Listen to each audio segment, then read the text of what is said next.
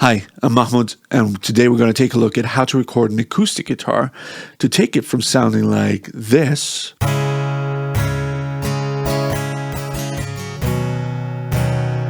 to sounding like this.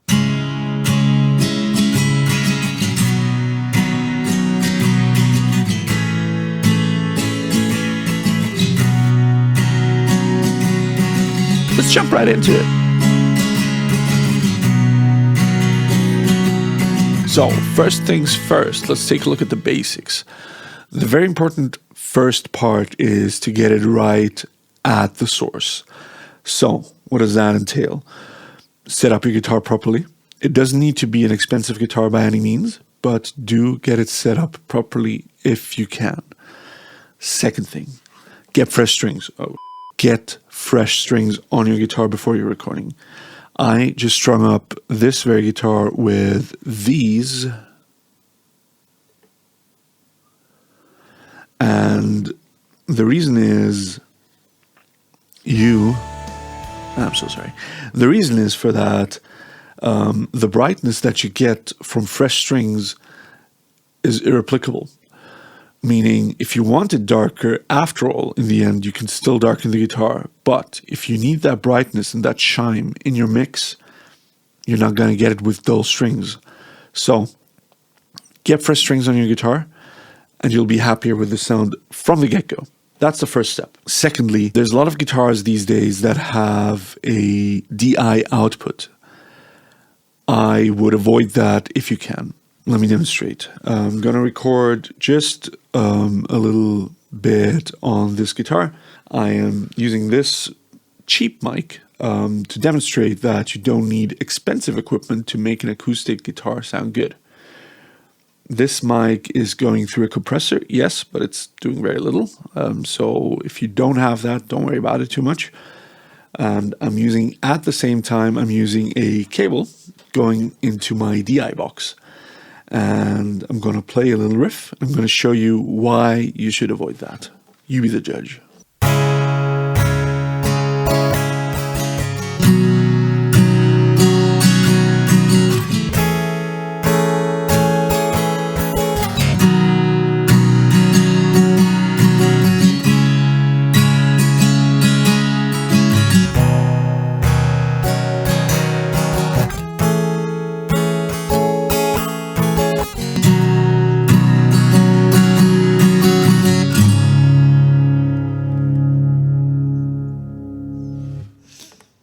So, which one did you like better?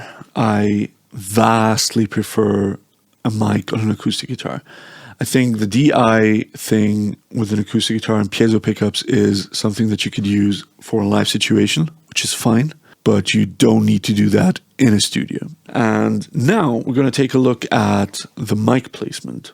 The mic placement is crucial. It's important to get right, but you don't need to drive yourself insane with it either. There's a few things that you should keep in mind when you're placing the mic. If you point the capsule of the mic at the sound hole of the guitar, you're going to get a lot of volume and you're going to get a lot of bass. If that is something you want, do that. The more you point the mic towards the neck and the fingerboard, the more high end you're going to get, the more you're going to get that sizzle. So generally speaking, most people are going to try and point the mic somewhere in between, usually at a point where the neck joint meets the body. So right around here, which is usually like between the 12th and the 14th fret of the guitar. So I'm going to play a little bit, and I'm going to move the guitar around the mic to demonstrate how different this is going to sound. Another thing that you want to keep in mind is how much energy you're putting into the guitar. The more energy you're going to put in the guitar, the more bass you're going to create, which means the more bass you have, the more conscious you want to be of how the mic is placed on the guitar itself.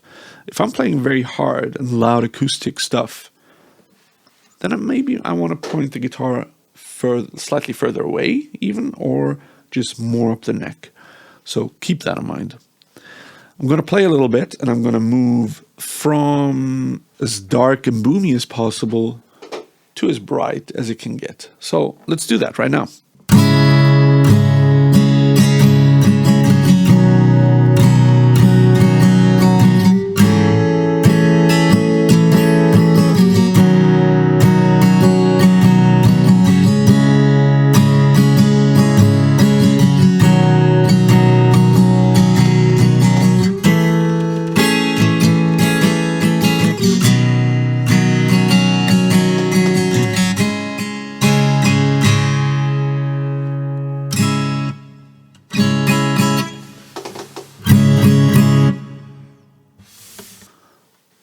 I think you heard the difference.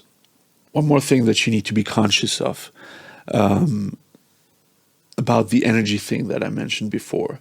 If you're playing with a pick like I am right now, you need to put in a lot less energy than if you were playing with the fingers. So let me demonstrate that real quick. I'm going to strum a little bit, keeping the guitar in the same spot as much as I can.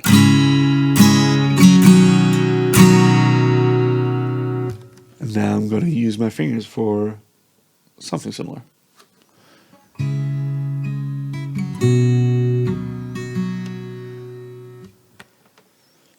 Now suddenly I want a lot more brightness in that, so I'm going to have to move the guitar to adjust for what I'm playing. So keep that in mind when you're recording. If you change the play style, you might need to change the mic position as well.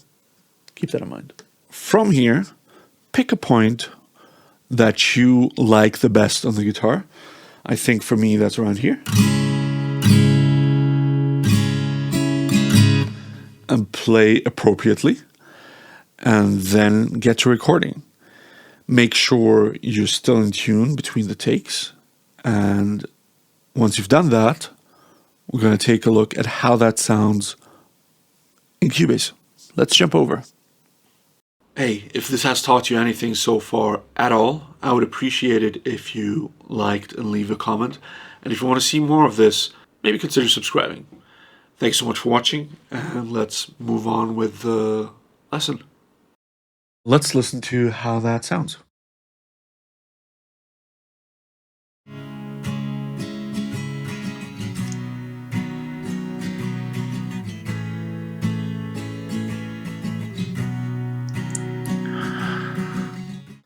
So, what you just heard is two different guitar performances.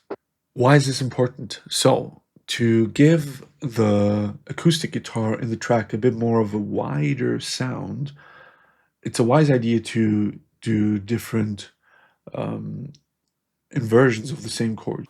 What does that mean, recording inversions? So, I recorded the guitar part twice. I panned it once left, once right. And I used the same chords, but I played them slightly differently. The first time through, I played it like this.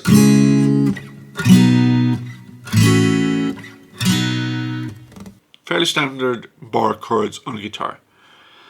The second time through, I played it like this.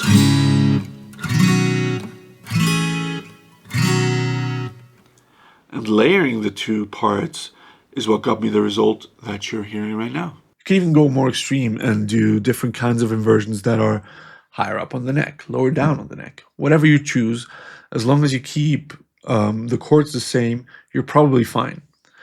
I kept this very simple just to show you how easy it should be to get a good sounding guitar sound.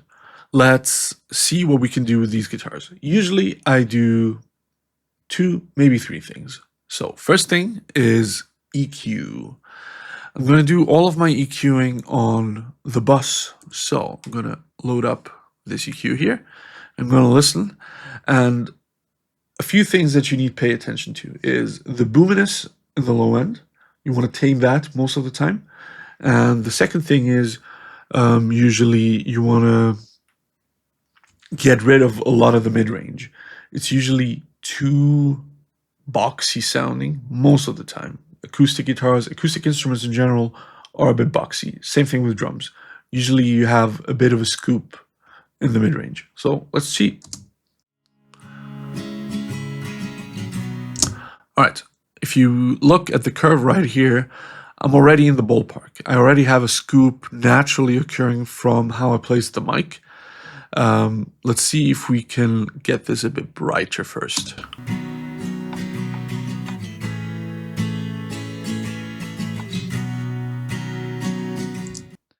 I still think it sounds slightly boomy, so I'm gonna cut out some of the lower mids. Hear that honk?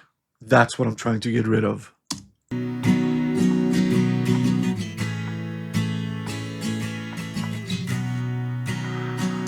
It doesn't need to be much. Given that this is a soloed acoustic performance, you don't need to do much. In the context of a full band, you might need to be more extreme. So keep that in mind. I'm gonna give the fundamental a slight lift.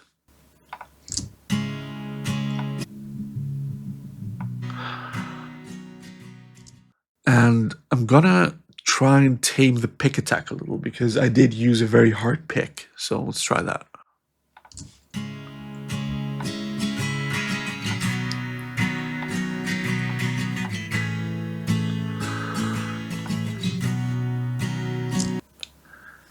And finally, I think I'm going to try and get rid of some of the low end through a low cut.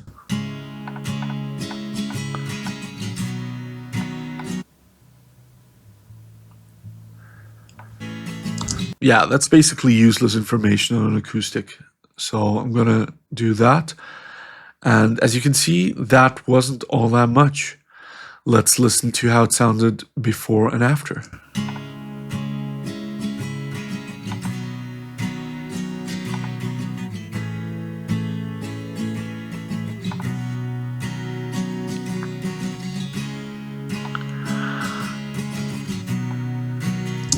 Yeah, I chose to add a bit of a high shelf at, what is that, 13K, just to give everything a bit more of a lift. And I think that's about good.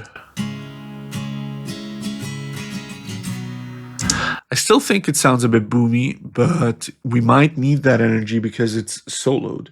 If it was in conjunction with bass and drums and maybe even more guitars, I might cut more. But for now, I think this is okay. So, what's the next step? Usually, it's compression. So, let's see what we can do with a compressor.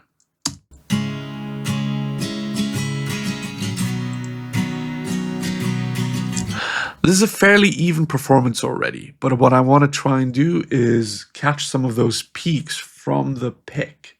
Again, the pick is a very standout thing here, and you can see it in the transients. So I want to tame that just a smidge because it doesn't need to be crushed. So I'm going to keep the attack at like 10 milliseconds and see if I can get away with a fast release. Let's see what that does.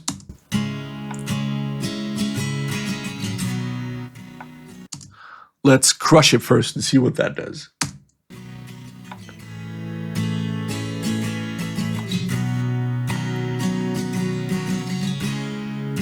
Yeah, that sounds fine to me. It doesn't need to be much more than that.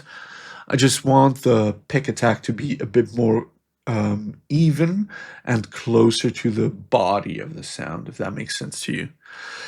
And that's about it. That's usually the things I do to an acoustic. The final thing that you could do, and that's usually very nice in the context of a mix of a song, is add a little bit of reverb. So how do we do that? I'm going to add a effects channel, such as this. And there's two ways to go about this. One way is to add a room reverb, such as maybe Valhalla Room. That's if you want to keep it sounding natural and somewhat real. The other way is to use a different kind of reverb that's a bit more over the top.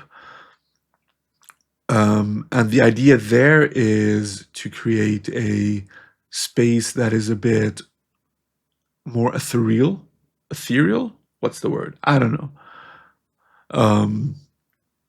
Space that is a bit more lush. So I'm going to demonstrate both. So I'm going to add Superplate first, which is an amazing plugin by Soundtoys. And on that same bus, I'm going to add Valhalla Room. These are my two go-tos.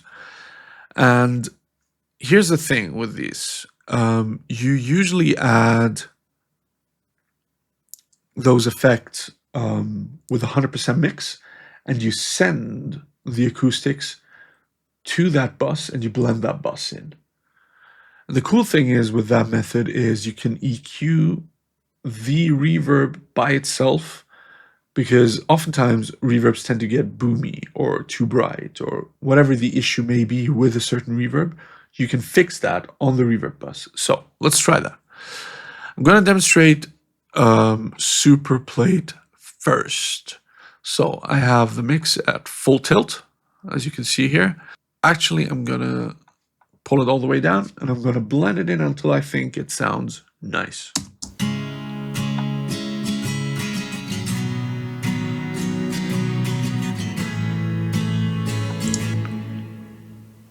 As you can hear, it gets very spacey and ethereal and like lush and vibey, for lack of better words. I don't know how to describe it, but I'm sure you can hear what I mean. And let's try that. We're at minus 10 dB, so maybe I'm just gonna pull down the output here by minus 10 dB so I can quickly switch to Valhalla. Let's listen to how that sounds again.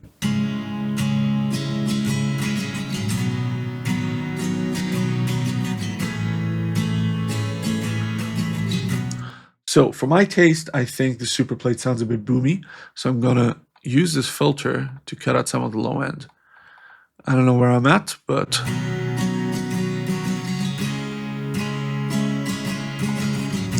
yeah, that sounds better to me. Let's do it before and after.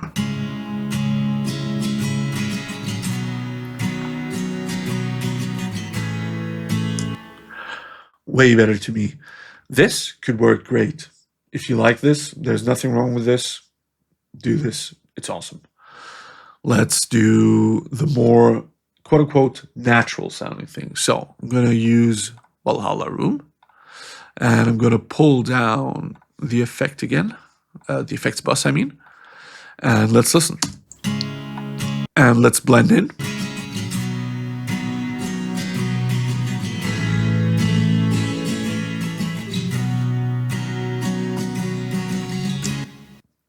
So this is a room simulation by Valhalla that I think sounds amazing. And there's a lot less high end compared to the Superplate, which is what you want in a room usually. Maybe it doesn't sound that different to you, but I feel in a mix it comes across very differently. Usually with Valhalla Room, given that it's a more natural sounding reverb to me, compared to the plate, which is literally simulating a sheet of metal which is picked up with piezo pickups. This is a simulation of a mic in a room. So usually I want less of that in the mix. I want it to just glue the guitars a bit more together. And ideally, if I have a vocal track, I send that to a similar sounding reverb, if not the same exact one, to glue everything together in the performance. So I'm going to switch between one and the other, and you'll hopefully hear the difference. This is no reverb. This is a Superplate.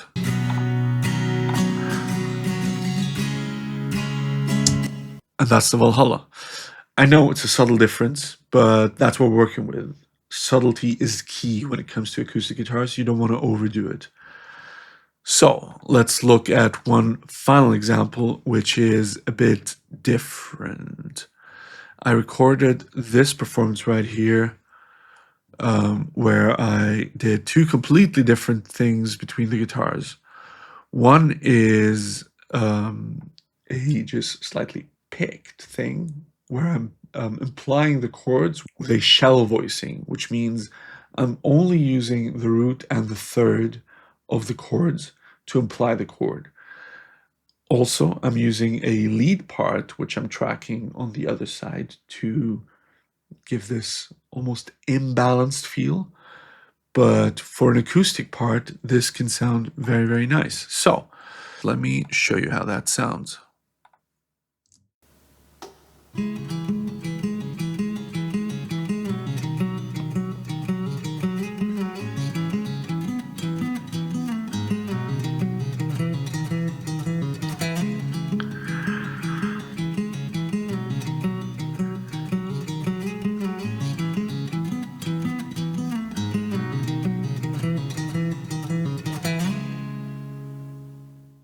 In my opinion, this sounds fine, except I want this guitar part slightly louder. So I'm just gonna do it the unconventional way and just give this a boost of around 60 dB. Let's listen again.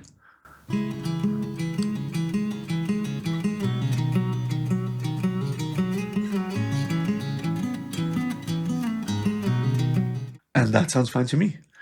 You can also do extreme stuff like this. By extreme, I mean completely different sounding guitar parts, and it still sounds nice and intimate. So you don't need to fill out the spectrum completely. You can leave a lot of space and it will still sound nice. And that's about it with the acoustic guitar basics. It's very simple if you get the basics right. Meaning, what do? You get your guitar set up, you get fresh strings on it, you tune it up properly. Also, in between takes, you make sure that you're still in tune, and then you record. Once you get the mic placement the way you want it, you're probably already 80% of the way there. What I did right now is not that much, as you saw yourself. I just mixed it on the spot for you, and it sounds pretty damn cool to me. All right, I hope that helped you. If you found this interesting, please stick around. I would love to see you again on my channel. And in the meantime, take care. I've been Mahmoud, and I'll see you next time. Bye-bye.